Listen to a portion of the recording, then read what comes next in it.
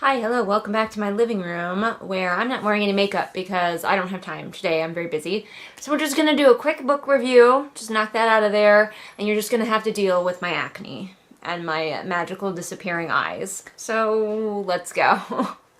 Today we're going to talk about a book called The Beast Player, which is actually the first book that I read for a little book club that my husband is trying to get going, so we'll see how long that lasts. But hey, as far as I know, everybody did the reading, and that's like half the battle with book clubs, is getting everyone to read the book. So this one actually looked really intriguing to me, so it was exciting that it won. But let's read the synopsis and then we'll get into my thoughts. I didn't write anything down in my notebook this time, so I'm just gonna kind of have to try to do this from memory. Sorry if I forget something. Also, I'm gonna try to pronounce these names correctly. I did listen to the audiobook, but that was like a couple weeks ago that I finished it, so I might not remember how to pronounce everyone's names.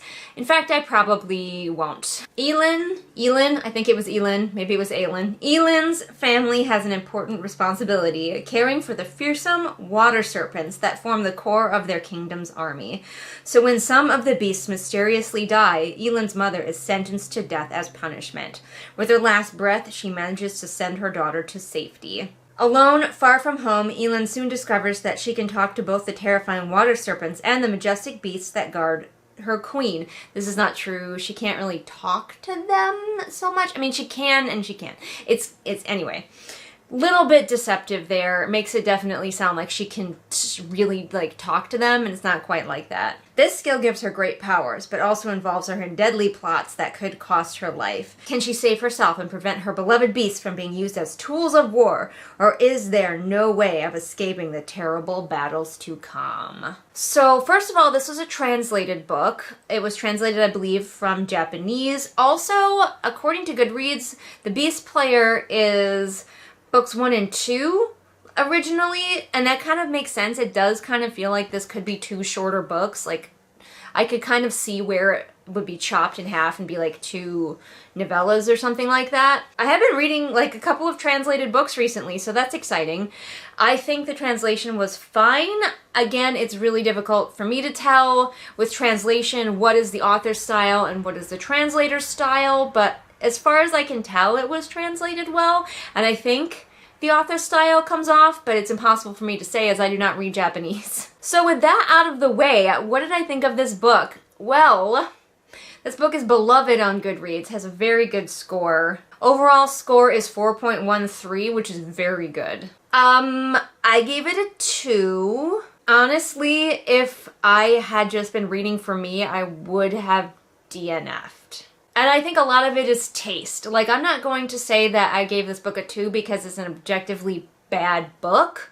It's not necessarily poorly written or anything like that. It's just like not for me. Very much not for me. I still gave it a 2 because I could see the qualities that are there. It didn't make me like want to vomit or throw the book against the wall, but it was very difficult for me to motivate myself to keep picking it up. The book does begin a little bit tropey, but I was still able to get into it. We have a main character who is special and separate from the rest of her village because her mother takes care of these giant horned water serpents called Toda. And the main character is like half, like, I don't know what to call them, like race that like keeps themselves separate from everybody else. So already we have a very special main character, which again, not something that I love. I prefer to read about people who are just ordinary, doing extraordinary things versus special people. But anyway, it didn't bother me too much, and it did get right down to the action. Stuff happened like immediately. There was danger, there was trouble. Main characters had to flee. Her mother is killed because this is a fantasy book. Mothers can't survive. Even in Japanese fantasy books, mothers cannot survive. So the main character has to flee, and I'm like, oh, okay, gripping, riveting, and then the book just ground to a halt. For a sequence that was, I will admit, fairly heartwarming, but also, like, why? Why was it so long? This book suddenly became no plot, just vibes for a substantial portion of it, where the main character finds this like mentor who adopts her, and he keeps bees, and a goodly portion of the beginning of this book is just an extended beekeeping sequence. And I didn't love it. I was bored. I was like, I really hope all this bee information comes up later and it's important. And it kind of was a little bit, but I feel like we didn't need quite as much of it as we got. It's great to show, don't tell, but like we could have shown a little bit less and I would have been fine. Also, she's building up this really sweet relationship with her mentor character, and I'm like, oh, this is so it's gonna hurt so much when he dies later, because he's a mentor character. Of course he's gonna fucking die. I've read books before. And he does, off screen, and he's barely mentioned. Because the main character by that point has moved on from him. The only person that she doesn't really move on from is her mother, but she moves on really quickly from everything and everyone else whenever the plot needs her to. Which is one of my problems with this book. The emotionality is really hit or miss. Like, the stuff with her mom is pretty good. She's very traumatized by what she saw happen to her mother, and she deals with that often, and it comes up often throughout the story. But everything else just seems like very glossed over. It's just like, okay, whatever. She just cruises through life. And that's one of my problems that I had with this book, is that everything is very easy for the main character. Aside from the beginning where things are rough, every time she encounters an obstacle, she very quickly overcomes it. Whether it's a social obstacle, like the kids at school not liking her, or another kind of obstacle, like her beast is being a problem, she swiftly overcomes pretty much everything. And it got very frustrating, especially like with the social interactions, where like there was one guy who didn't really like her because she was assigned to take over a job that he was doing.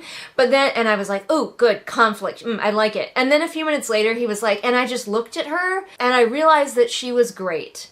I could just see it in her eyes how cool she was and how good she is for this position, and so I'm not mad at her anymore. And I was like, this book is like allergic to conflict, so it can just cruise along with its just vibes. It's just vibing. Now, if you're in the mood for that, if you are really seeking a book that's like no plot, just vibes, this might be the exact book you're looking for. But if you want something that's a little bit more plot-y and has a little bit more conflict that the characters actually need to work to resolve, this isn't the book for you. Now, granted, once we get to the end, the character does struggle a little bit more, but again, we'll kind of get to that. Her hypercompetence is a problem. Although, in the school, I already had a problem with her hypercompetence because she gets to work with this baby creature, this baby royal beast, who she finds a way to communicate with and basically becomes its mother, and that's all really great and, you know, very wholesome, very sweet, but it says in the text that she neglects her schoolwork because of that. And then right after that, right after they said that she was nervous that she wouldn't pass because she hadn't been doing her studies, then the next sentence was like, but she passed at the top of her class anyway. Just like makes it easy for this character. She never has to have any struggle, she just succeeds. Sometimes it might take her a little bit longer to succeed, but her struggles are very minimal. Then the book grinds to a different halt to just dump a bunch of political exposition in your lap from the point of view of a different character, and then it goes back to her. And it was just like, what? I basically zoned out for that entire chapter because it was so abrupt and I didn't know what the hell and why we were focusing on this political situation and this other guy who I think might become her love interest. Where, how, ooh, who? Like, it's like the plot came in to just say hi, but the plot was mostly just political machinations, and then it went away again and we're back to this girl and her bird wolf creature. Speaking of the creature, if you love books with magical creatures in it, you might like this. This one had some cool magical creatures with a fairly different like makeup to them, and their way of communicating was interesting. And as someone who works with horses, me, I am fairly familiar with animal behavior and animal husbandry. You'd think I would love this book, but honestly I spent most of it frustrated because the main character would come up with things slower than I did. She'd be like, oh, what is wrong with this animal? What can I try? And I'm like, try this. And she's like, oh, what could it be? And I'm like, it's this. It's so obviously this. So mostly it just made me very frustrated as someone who takes care of animals a lot in my life. But if you have a little bit less animal husbandry background, but you still love animals, you might find this really enjoyable. I don't know, it's hard to say. Back to the main character's hypercompetence though. Late in the book, when things finally start to happen, there's war happening, there's danger, the princess is in danger, the queen is in danger, the empress, whatever. The main character, again, is hyper competent. All of a sudden, she's like a master healer. I'm still not convinced that I didn't miss something because so often in this book, we gloss over things that she learns very quickly, and so like I might have missed a sentence where it was like, and then she learned how to become a master healer, and she just was. That could have existed in this book. And maybe someone who's read it is like, yeah, there was a paragraph about it in this chapter, and you missed it. But I shouldn't have to miss it, because this is like a lot of training that she's suddenly displaying that seems to come out of nowhere. Now, some of it I understand. I have a little bit of first aid knowledge that applies to humans because I have first aid knowledge of animals. The main character being able to stitch up wounds, I don't have a problem with. She works with animals that can hurt each other or get hurt by humans. So yes, she would know that kind of first aid. But also, she can like recognize brain damage and concussions, and like she immediately knows to use something to stabilize somebody's neck for some reason. And she's just like a master of healing. She's triaging. She's like, she goes from I'm the animal handler to I'm your lead healer, and I'm going to be giving orders and doing all of this stuff. And I'm just like, where did this come from? Why is she suddenly so good at like human medicine? It doesn't make any sense. And that's because this character just has hyper competence, and it annoys me. The book does end with a bit of a cliffhanger, and I can't help but feel like this entire book was just setting us up for the next book, which I don't want to read, because if it's as slow as this one, no thank you. I really had to drag myself through this book. It moved at a snail's pace, it lacked conflict, and the character just learned important things in seconds. Moments that should have been meaningful passed by unremarked upon. However, a lot of people really love it on Goodreads, so don't take my word for it.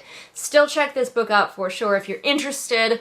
It just wasn't for me. But hey, if you like books with animals in them, you can check out my books, links in the doobly-doo. Don't forget that you can support me over on Patreon, and also check out my social media, links in the doobly-doo. And I will see all of you again next time with whatever it is I happen to be doing next time. Bye! Join me, and together we can rule the galaxies. My 96, Unicorn Jenny, Callison, SV, Celia, Taya, Alyssa, Rita, Deborah, Afra, Melissa, AC, Swamp Goblin Waifu, Ashley, Sophia, Merween, Kit, Hidden Glade, Light Julie, Belle, Patrick, and Sophie, Ray, Shelby, Zaire, Jesper, Rennie, Scribbling Cat, Savvy, Jenny, Amanda, Lisa, and Sarah. If I could walk with the animals, talk with the animals, grunt and squeak and squawk with the animals, and they could talk with me.